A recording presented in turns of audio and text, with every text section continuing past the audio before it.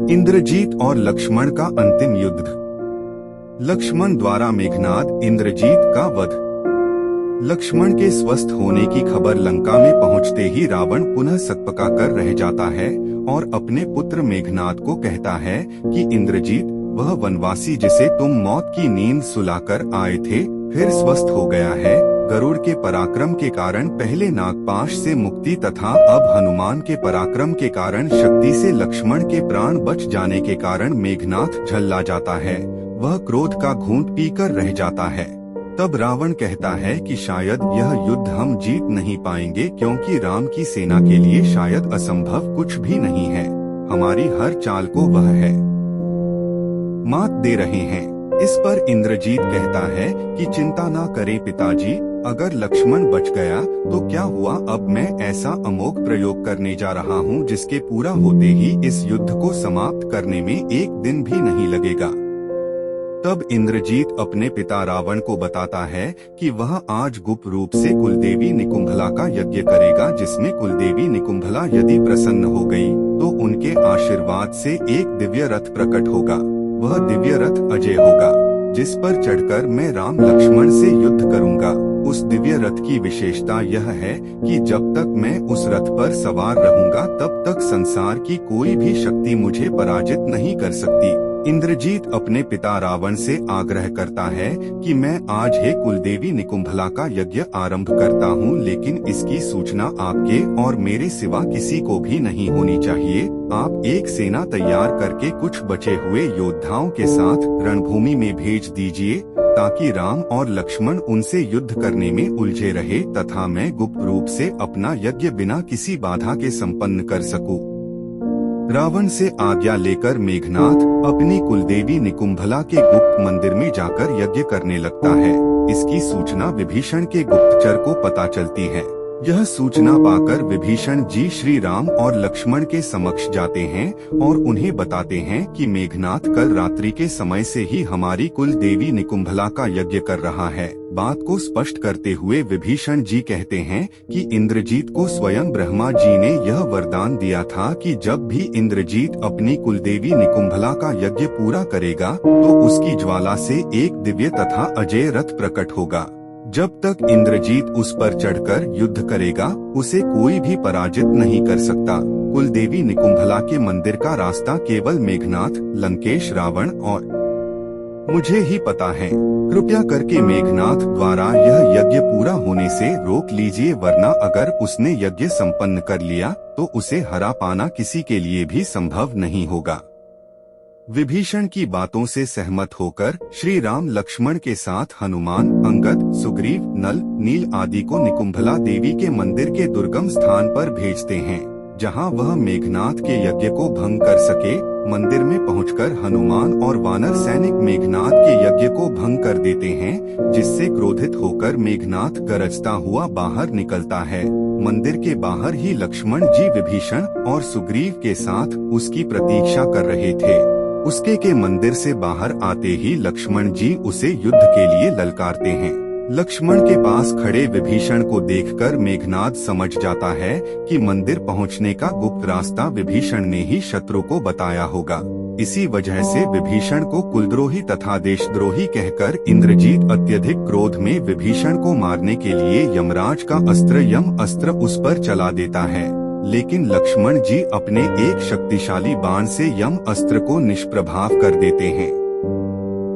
तब फिर से इंद्रजीत और लक्ष्मण जी के मध्य युद्ध छिड़ जाता है।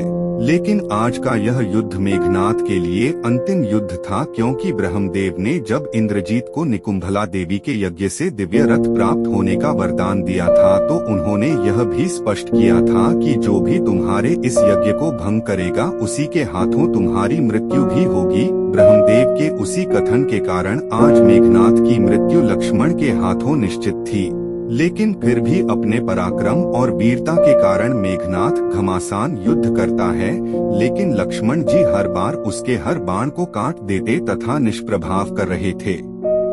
अपनी पराजय को सामने देखकर इंद्रजीत अपने सबसे घातक महाअस्त्रों का प्रयोग करता है। इंद्रजीत सबसे पहले ब्रह्मास्त्र का प्रयोग लक्ष्मण जी पर करता है, लेकिन ब्रह्मास्त्र लक्ष्मण जी के पास जाकर बिना वार किए वापस लौट जाता है। यह देखकर इंद्रजीत हैरान हो जाता है, इसलिए वह क्रोधित होकर भगवान शिव का पाशुपतास्त्र लक्ष्मण जी पर चला देता है, लेकिन पाशुपात अस्त्र भी बिना प्रभाव किए ही वापस लौट आता है। प्रयासर्थ इंद्रजीत त्रिलोकी की अंतिम शक्ति भगवान विष्णु का सुदर्शन चक्र का अस्त्र लक्ष्मण जी पर चलाता है, लेकिन जो कि लक्ष्मण जी शेषनाग का अवतार थे, इसलिए वह सुदर्शन चक्र लक्ष्मण जी की परिक्रमा करके वापस मेघनाथ के पास चला जाता है। यह देखकर मेघनाथ को विश्वास हो जाता है कि लक्ष्मण और श्री राम कोई साधारण मानव नहीं है, वह निश्चित है भगवान का कोई अवतार है। यही समझाने के लिए मेघनाथ युद्ध छोड़कर रावण के पास आता है और बाहर से ही उन्हें संबोधित करने लगता है। अपने पुत्र इंद्रजीत को ऐसे व्यथित देखकर रावण समझ जाता है कि इंद्रजीत का यज्ञ पूरा नहीं हुआ है। पूछने पर इंद्रजीत बताता है कि आपका छोटा भाई कुलद्रोही विभीषण शत्रु को मंदिर के गुप्त स्थान पर ले आया और उन्होंने मेरा यज्ञ विध्वंस करा दिया, तो मैंने क्रोध में विभीषण पर यमराज का यम अस्त्र चलाया, किंतु लक्ष्मण ने अपने तीर से उसे निष्फल कर दिया। तब इंद्रजीत रावण को बताता है कि आज मैंने लक्ष्मण पर त्रिदेव की शक्तियों से भी प्रहार किया, लेकिन त्रिदेव का कोई भी अस्त्र लक्ष्मण को तनिक भी हानि नहीं पहुंचा पाया। यह देखकर मुझे विश्वास हो गया है कि श्री राम और लक्ष्मण अवश्य ही भगवान के अवतार हैं। आज मेरी मृत्यु निश्चित है, इसलिए मैं आपको एक पुत्र होने के नाते यह परामर्श देने आया हूँ कि आप खुद को और लंका नगरी को विध्वंस होने से बचा लीजिए। हो सके तो आप श्रीराम से क्षमा मांगकर उनकी शरण में चले जाएं, जिससे लंका के सभी निर्दोष प्राणी युद्ध के विनाश से बच जाएंगे। अपने वीर और सबसे पराक्रमी पुत्र इंद्रजीत के मुंह से शत्रु की इतनी प्रशंसा सुनकर रावण को क्रोध आ जाता है और वह इंद्रजीत पर क्रोधित होकर बोलता है कि इंद्रजीत, शायद तुम अपना मानसिक संतुलन खो बैठे हो जो ऐसी अनर्गल बातें कर रहे हो। तब रावण अपने पुत्र को कहता है, इंद्रजीत, यदि तुम्हें लगता है कि राम और लक्ष्मण भगवान का अवतार है, तो तुम चाहो तो अपने भवन में जाकर विश्राम कर सकते हो। यह मेरी लड़ाई है, मैं इसे खुद ही लड़ लूंगा। इस पर इंद्रजीत कहता है कि मुझे क्षमा करें पिताजी, मैं एक कायर बनकर जीवित रहने से बजाय एक वीर योद्धा की भांति युद्ध में लड़ते हुए वीरगति को प्राप्त होना उचित समझूंगा। इसलिए मैं युद्ध करने के लिए अवश्य जाऊंगा, चाहे मुझे स्वयं भगवान से भी युद्ध क्यों न करना पड़े, लेकिन अपने वीरता को दाग नहीं लगने दूंगा। यह कहकर इंद्रजीत पुनः रणभूमि में आ जाता है और लक्ष्मण से युद्ध करने लगता है। कुछ समय के युद्ध के पश्चात लक्ष्मण जी अपना महाशक्तिशाली बाण द्वारा इंद्रजीत पर प्रहार करते हैं, जिससे इंद्रजीत का मस्तक कटकर भूमि पर जा गिरता है और इस तरह लंका के सबसे शक्तिशाली तथा पराक्रमी योद्धा मेघनाथ इंद्रजीत का अंत हो जाता है। इंद्रजीत का शव देखकर जामवंत और सुग्रीव जी श्रीराम से यह कहते हैं कि इस असुर कुमार ने हमारी सेना को हद से ज्यादा क्षति पहुंचाई है और इसने आप पर और लक्ष्मण जी पर भी नागपाश और प्राणघातिनी शक्तियों का प्रयोग किया था। इसीलिए इसके मृत शरीर की हम ऐसी दुर्गति करेंगे कि कोई भी असुर इसे देख तक नहीं पाएगा।